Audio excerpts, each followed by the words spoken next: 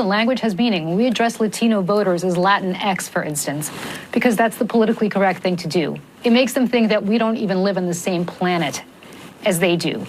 You know, voters told the Democratic Party over and over and over again that their main issues were their pocketbooks, inflation, and immigration. And the closing message of the Democratic Party was democracy and Donald Trump is a bad man.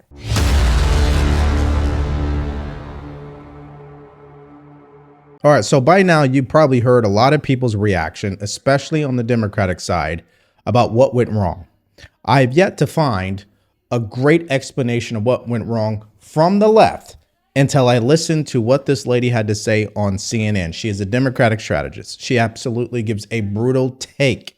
Now, she wasn't the only one on CNN to give that brutal take and tell the real truth, but we're going to start with her first, and then I'm going to show you a couple of other ones, because this is the message that the Democratic Party, they need to accept, or they will continue to lose election after election after election.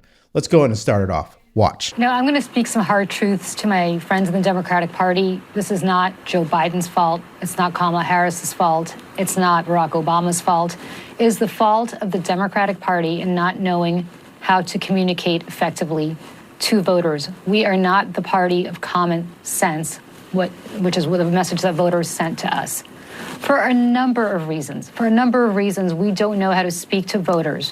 When we address Latino, and language has meaning. When we address Latino voters as Latinx, for instance, because that's the politically correct thing to do, it makes them think that we don't even live on the same planet as they do. When we are too afraid to say that, hey, college kids, if you're trashing a campus at Columbia University because you're unhappy about some sort of policy and you're taking over a university, and you're trashing it and preventing other students from learning, that is unacceptable. But we're so worried about alienating one or another cohort in our coalition that we don't know what to say when normal people look at that and say, wait a second, I send my kids to college so they can learn, not so that they can burn buildings and trash lawns, right?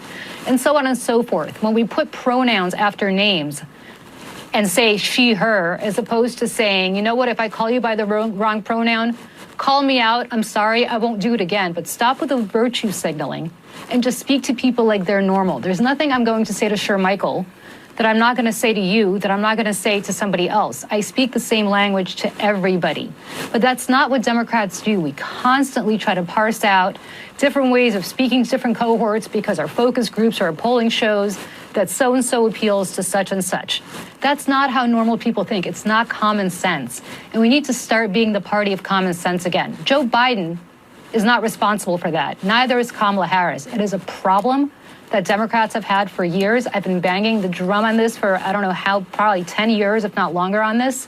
We need to get back to being the party of common sense, that people look at us and say, we understand you. We appreciate what you say because you speak our language. And until we do that, we should stop blaming other people for our own mistakes. Okay, so yeah, how do you follow up on that statement? Because that's exactly the message that the Democratic Party needs to swallow, and they need to do it quick, because if not, history will repeat itself. And I was saying this quite often, that how out of touch, disconnected, they don't want to accept reality. They want to live in an alternate reality for some reason. And they hide behind their pronouns, their degrees, their resume, and they don't speak to people like normal people speak. And that's so interesting. And I'm glad that someone had to stand up and say it, and not someone from the conservative side, because we clearly know what it is. It's people who are on the Democrats. Is anybody over there going to tell the truth? And so it's really good to hear that, but will they listen? That's a whole nother thing. Now, she wasn't the only one. Lulu Garcia, who's a contributor for CNN, she also said something along the same lines. Listen. I'm very happy that everyone's talking here about the information ecosystem. Obviously, it's incredibly important. So is Joe Rogan. But there is two issues here. One is the message, and the other is the messenger. And so, and how those messages are delivered. And so, you know, there is a lot of discussion right now about the ground game and how you reach voters and all these things. And I think that's going to be parsed. But, you know, voters told the Democratic Party over and over and over again that their main issues were their pocketbooks, inflation, and immigration. And that was what they told them.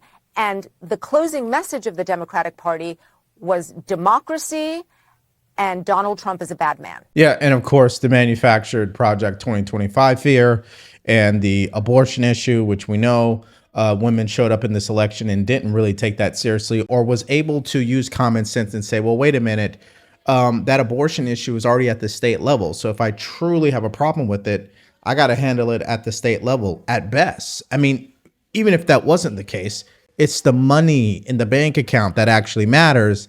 And of course, Kamala Harris, Joe Biden, the Democratic Party, they all acted as if that was not the problem. That's why when you always hear someone go onto the news and say, well, people are struggling financially, what is your message to them? What do they always say? Well, inflation's at an all-time low. The only thing people relate to is when they look at their phone or they use their card, how much money do I have in my bank account? And they refuse to accept that. Now, let's make some room for Scott Jennings, who's on the conservative side, common sense, of course, and his message to the Democratic Party.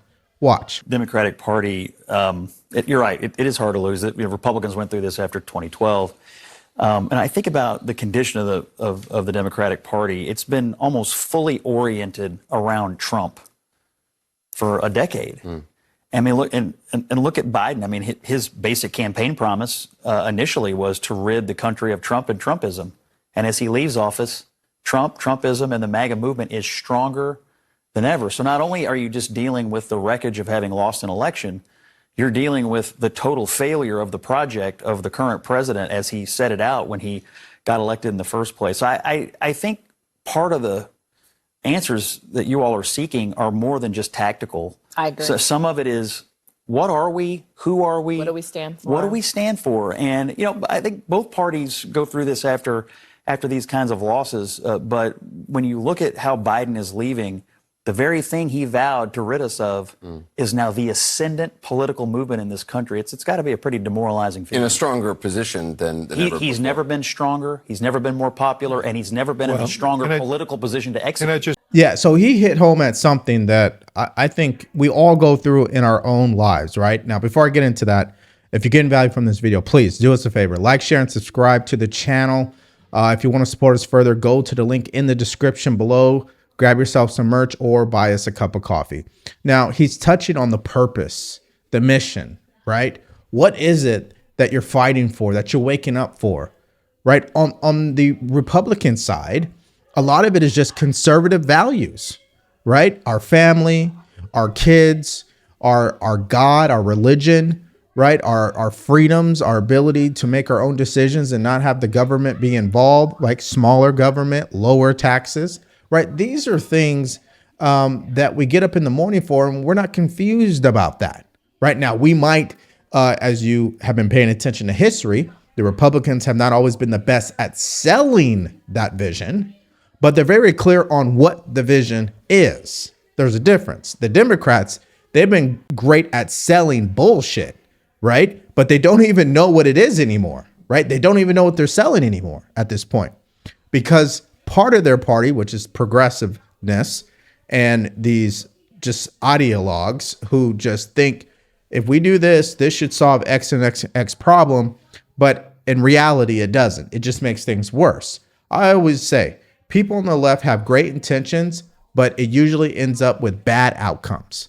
And so one thing that I think stands out also, we can't have this conversation, a little bit to your point, Dana, is that maybe it's not so much Democrats' policies or messaging or the words that they use specifically, but there is an entire right-wing media ecosystem. Yes. It doesn't exist yes. on the left, Yes. and it does not exist in the center or mainstream, and people are getting their information in very different ways now. And Donald Trump and Republicans and Elon Musk and Joe Rogan know exactly how to reach Americans where they are, regardless of age and demographic, and that played a big role in this because of the fact of like that, whether it was disinformation, misinformation, or different propaganda that they were feeding to the American public that made them feel the way they did, and the American public felt as though that they were being heard by Donald Trump. All right, so let's just clear something up.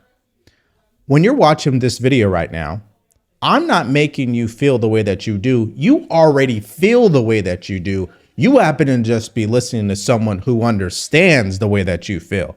There's a difference in what she was saying and what I just said.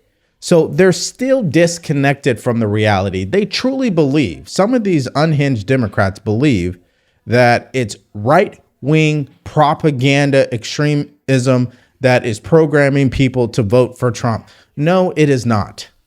It's your guys' lack of ability to communicate effectively. That's number one. Number two, it's the pure gaslighting from the media, who has been proven wrong time and time again on serious issues like the Hunter Biden laptop story. So the media has no more credibility in all this. So don't blame these independent creators or Joe Rogan or people who have an open mind to go seek the truth out for themselves and report on it. Don't blame them. Blame yourselves for thinking you're too good to report the truth because you're so obsessed with Trump. I think, the question is that we all have to grapple with is, right after it was very clear Donald Trump was the president-elect, he starts tweeting like, you are the new media to all of the folks on X, like CNN, mainstream media is extinct. And this was our plan to ruin. And I think that platforms like X and Facebook and all the social media platforms do help when they're used properly to democratize microphones for people to have a voice.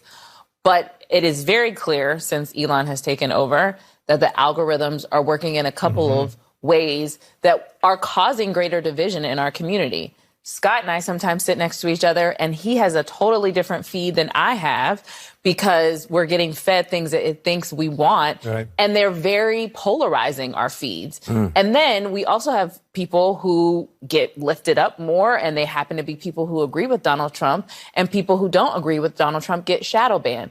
That's not really the media. That's a platform and you can do whatever you want. But the influence that it does have, I'm not just talking about Twitter. I'm talking about TikTok. I'm talking about Instagram. I'm talking about Facebook. There's an issue here. Elon Musk has not banned or shadow banned people at the same degree that Twitter used to do because of the corruption from Joe Biden and Kamala Harris administration. Do we want to go back down that road? Right? How many people were banned off platforms for years, including Donald Trump himself? So we're not even going to give that any energy. So that's number one. Number two, they're more salty that they were not effective at delivering a message to voters in order to get them to trust them. That's really the problem here. And the easiest thing to do is point the finger and blame someone like Elon Musk, who has every right to do what he's doing. They just don't see it that way because they operate from the premise that if you don't agree with us, then you are an extremist, you're a fascist, you're racist, right? You peddle misinformation, right? That's what they go to. They don't ever stop and say, well, I know you believe in that stuff, so let's see if we can find some common ground. That's not them. Yeah, now I will say this about this entire video. At least on CNN, there were multiple people that went on and said the truth.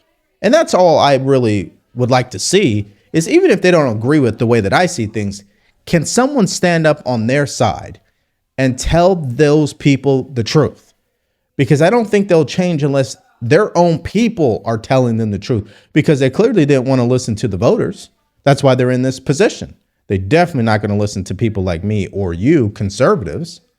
Maybe the only people they will listen to is people like them, which is people on the left who are standing up and saying, hey, guys, we got to switch up what we're doing here. We got to start over, right?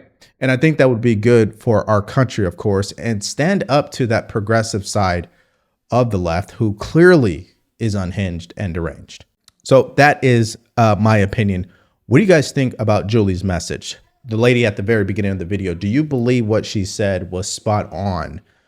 Give me a couple of reasons in the comment section below on why the Democratic Party has missed out on this election, why it was such a landslide victory for Trump. Where did they go wrong? What do you think was the biggest mistake from that party that has caused this to happen to them? Let me know what your thoughts are and more in the comment section below. Now, they were not the only people to hear the truth. The View also had a dose of someone telling them the truth. And when they did, you got to see Sunny Holston's reaction. If you want to check out that video for yourself, All you have to do is click on it because it's coming up right now.